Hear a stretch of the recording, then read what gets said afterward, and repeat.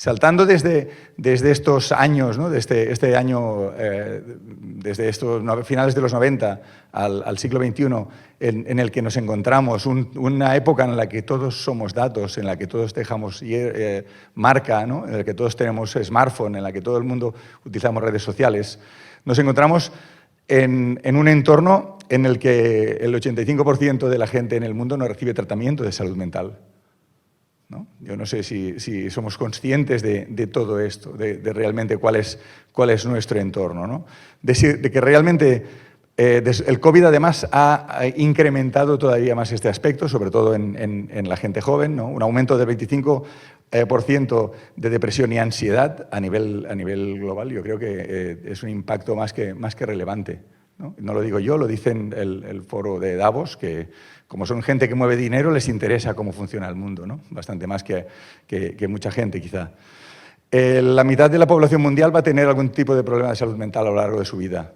Esto, visto como un mercado, es un mercado absolutamente tremendo.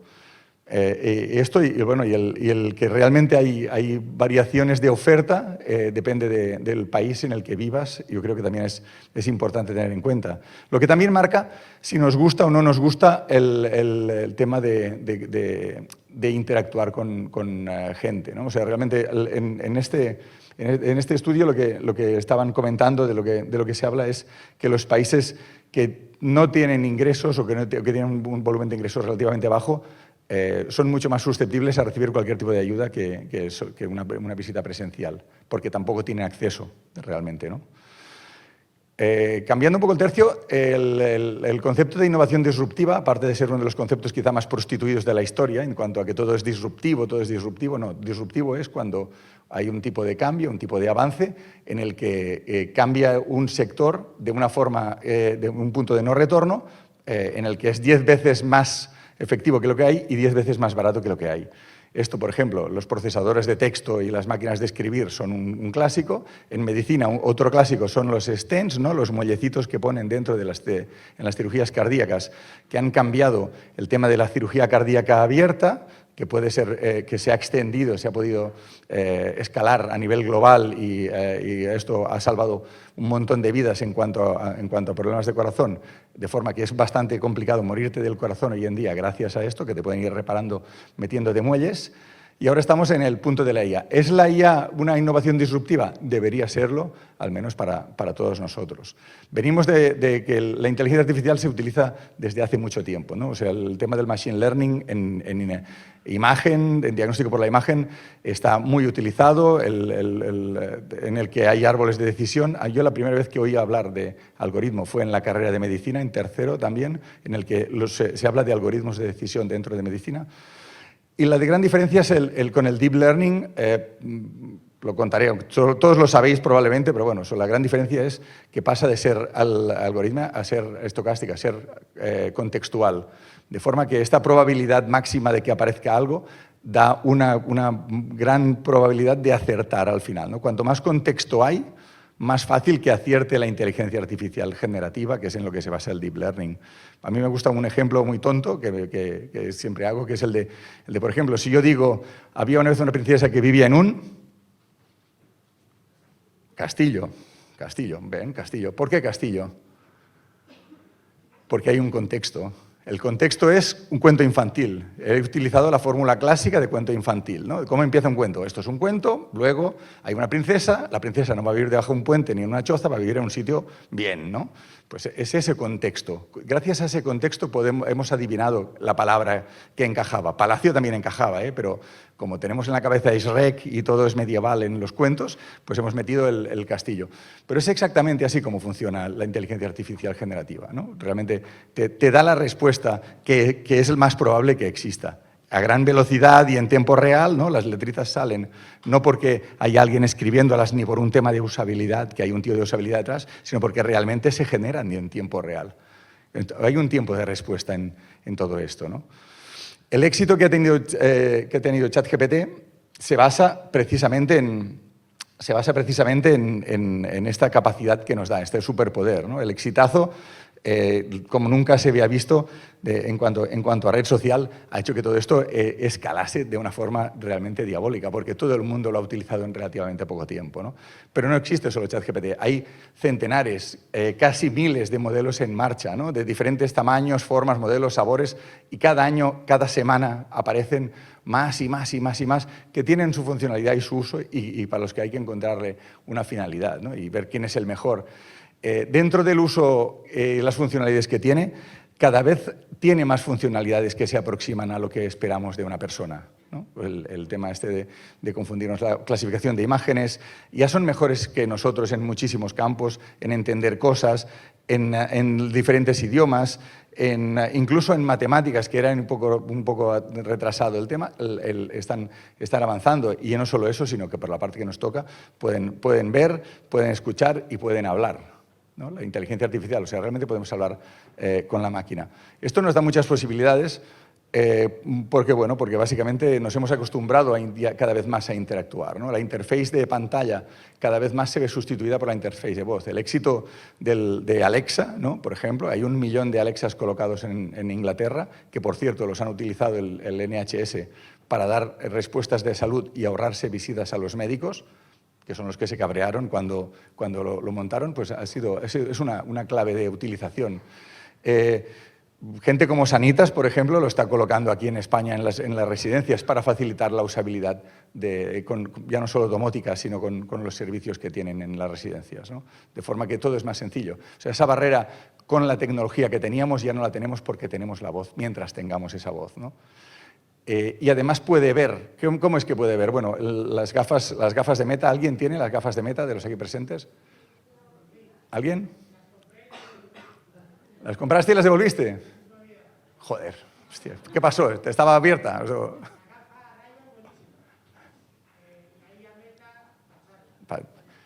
Bueno, puede ser, pero la cámara que llevan las gafas Meta, acojonante. O sea, es tan buena como la del iPhone. O sea, puedes hacer unas fotos tremendas. Lo que te da oportunidades de reconocimiento tremendas, ¿no? O sea, realmente, y es un cacharro usable, no distinguible, que te da muchísimas posibilidades. Estoy de acuerdo que los softwares, por tema regulatorio, porque el hardware tiene el tamaño que tiene y tal, han sacrificado muchos temas. Pero realmente es un camino hacia algún sitio, ¿no? A una herramienta que ya no tienes que sacarla y dónde la pongo, sino que va contigo y realmente te puede ayudar en muchos aspectos. Entonces, con todo esto, ¿qué podemos hacer? ¿Qué podemos hacer con toda esta historia? Que ya está, que ya existe, que no hay que esperar a que venga una nueva generación para inventarla. Bueno, quizá pueden ayudarnos a esta crisis que tenemos de salud mental. Nos puede ayudar la inteligencia artificial con todo esto, ¿no? Tenemos las herramientas, tenemos cositas que se pueden hacer. Tampoco le preguntes al que ya está haciendo las cosas cómo lo haría, porque igual te pasa como lo de Henry Ford, ¿no? Si le preguntas lo que quieres, igual no, yo quiero lo mismo, pero más. Quiero cobrar más, lo que le decía antes a Irene. Los profesionales quieren cobrar más y visitar menos.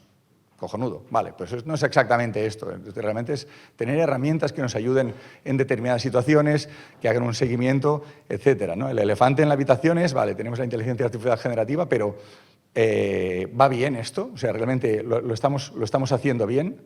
No estamos con el efecto Terminator, va a venir y se nos va a comer y nos va a tratar mal, nos están controlando, vendrá un tío y nos quitará el hígado un día porque hemos dicho no sé qué. Bueno, puede ser, pero los tiempos están cambiando, ¿no? Estamos en un momento en el que quedarse fuera de todo este tipo de herramientas es más una pérdida que otra. Nos puede evocar visiones distópicas como Yo, Robot y tal, pero bueno, es que nos estamos encontrando en una situación de crisis en cuanto al déficit de profesionales, ¿no? Hay un déficit de profesionales en Europa a nivel sanitario y social de 1,5 millones. A nivel de ahora y en 2030 van a ser 2 millones y pico. En Europa. Ya no cuento todos los países en los que ya hay un déficit actual, ¿eh? O sea, realmente este es parte del tema. Decir, hostia, tenemos el problema, lo tenemos aquí. No lo vamos a tener, ya lo tenemos aquí. El concepto este de GER, de tener un asistente que cuida de tu salud mental y tal, ¿es posible? Hombre, ya hay gente utilizando, en Estados Unidos se están utilizando 3,5 millones de personas, chats presuntamente psicológicos para ser tratados a distancia por no se sabe quién, no se sabe cómo, pero los utilizan y pagan $15 al mes por el servicio. 3,5 millones. ¿Vale? O sea, realmente, ¿por qué? Bueno, porque es mucho más caro ir al psicólogo, porque no te da visita hasta dentro de 3 semanas, etcétera, ¿no? Probablemente por temas de accesibilidad. ¿Qué dice la gente? ¿Qué dicen los usuarios posiblemente de todo esto? Hombre, pues lo que es lógico. En los países donde no tienes psicólogos, tráeme la IA y tráeme lo que sea. Lo que sea. Menos de 7 profesionales de salud mental por 10.000 habitantes, países que tienen esto, dicen, tráeme la IA ya, que te la pillo. ¿Vale? En España estamos un poco mejor en cuanto a números. Claro, los que se quejan que es Estados Unidos, Francia, Canadá, Australia, y aún así en Estados Unidos están en estos números, son los que están lanzados en el tema de ofertar todo esto, ¿no? Entonces, bueno, quizá que vamos a hacer algo, ¿no? Let's play. Vamos a intentar hacer cosas. Los que somos aquí emprendedores, ¿cuántos emprendedores hay aquí ahora? Bien, esto es la casa del emprendedor, entonces debería ser así. Yo, como emprendedor, también he intentado hacer cosas y estoy en el concepto del Zero Click Health, o sea, que con ella no se tenga que tomar notas y puedas estar por el paciente y puedas estar con todo esto, como tantos otros estaréis en tantas fiestas. Ser un emprendedor es complejo, es largo, es pesado, te lo procesan todo muy bien y tal. Hay muchas fases, empiezas, hasta que no encuentras el product market fit, no tienes un tío que te ponga dinero para invertir en todo eso y luego encontrar el canal. Hostia, visto desde fuera parece todo muy mecánico y tú te metes en el camino, pero la realidad es absolutamente otra y todos lo sabéis. O sea, todo es mucho más largo. Es más bien esto, ¿no? O sea, tú tienes unas expectativas, vamos a ir a toda leche, y vas un poco haciendo el ridículo por los sitios, o todavía peor, la realidad te da una hostia en la cara que no te esperabas, porque muchas veces no has tenido en cuenta muchísimos factores, ¿no? Y tú tienes unas expectativas, pero la realidad, insisto, es otra. Una de las expectativas es que tú tienes soluciones, porque no, el producto puede ser bueno, pero la realidad es que tú vas a operadores a los que puedes ofrecerle tu servicio y ellos no están preparados para darse cuenta que no están preparados. Así de sencillo. Pero suena redundante, pero es así. O sea, todo el mundo lo está haciendo cojonudamente según su punto de vista y abrir este mundo de podríamos hacerlo mejor no interesa en muchos sitios, ¿no? Entonces, hay que estar preparado mentalmente también nosotros para los noes que nos vamos a tener que encontrar a lo largo de este camino. Con lo cual, este cuadro que os he enseñado, del tiempo, de lo que dura tal, se alarga mucho más en temas de salud, porque además está el efecto regulatorio del que se va a hablar dentro de un ratito, ¿no? Que yo creo que es importante. Para mí, ¿qué es importante? Bueno, yo creo que la ambición es buena, que la avaricia es buena, que hay que querer hacer cosas. También es importante, insisto, saber que cuando vayáis con una solución no vais a hacer amigos en todos lados, porque hay gente a la que le vas a cambiar el modelo de funcionamiento y te puedes cargar un sector, ¿no? Puedes ser el procesador de texto de alguna consulta o de algún hospital o de alguna aseguradora.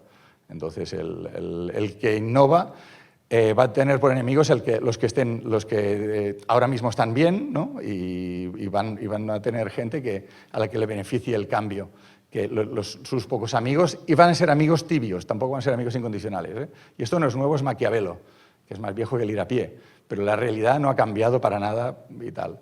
Por ejemplo, en Estados Unidos ya se están preparando para denunciar a todos estos chatbots y tal, porque hay razones para ello, ¿no? O sea, realmente tú no puedes decir que soy un psiquiatra si eres un chatbot, ¿no? Eso para empezar. Allí van un poco a saco. Aquí, todo el mundo pide guardarraíles, ¿no? Cosas que eviten, regulación, temas que frustren un poco esto, porque realmente ya hay impacto, ya hay gente que se ha suicidado por malas relaciones o relaciones malentendidas con inteligencia artificial en Estados Unidos, ¿no? Y yo creo que por eso no es ninguna broma, no estamos trabajando con patatas, estamos trabajando con la cabeza de las personas, y yo creo que es complicado. Tampoco creo que tengamos que estar en el contexto actual, que es este, ¿no? China y Estados Unidos dándose de bofetadas por la inteligencia artificial, y aquí regulamos. Vamos a hacer otra regulación porque creo que nos hemos quedado cortos, vamos a meter otra, ¿no?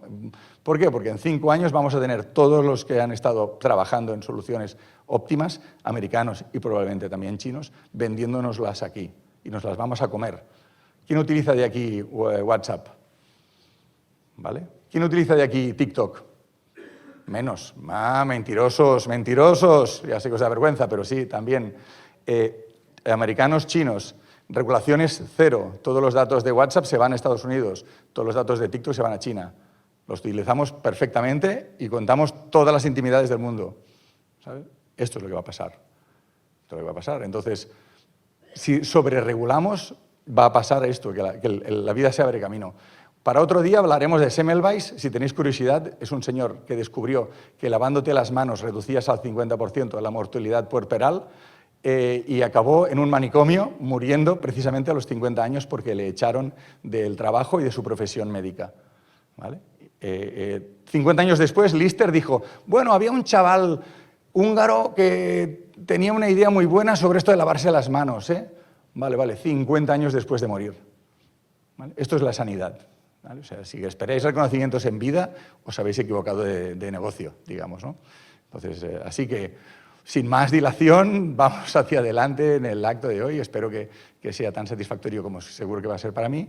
Tened en cuenta que vivimos en un mundo de datos, vivimos en un mundo en el que todo tiene que ser relevante, en el que todo va a ser relevante y todo va a ser medido y medible, cosa que, por ejemplo, no se podía hacer hasta ahora en temas de psicología, en temas de salud mental, en el que todo ha estado durante mucho tiempo insuficientemente documentado, y que vamos hacia una sociedad en la que la inteligencia artificial nos debería ayudar, y que si no tenemos cuidado y somos nosotros los que damos este servicio de una forma garantizada, habrá otros americanos que sí que lo darán. Así que os animo a que les fastidiemos la vida a los americanos y lo hagamos nosotros. Pensad que donde vamos a ir todos nosotros no hay carreteras, así que abramos camino. Buenos días y adelante.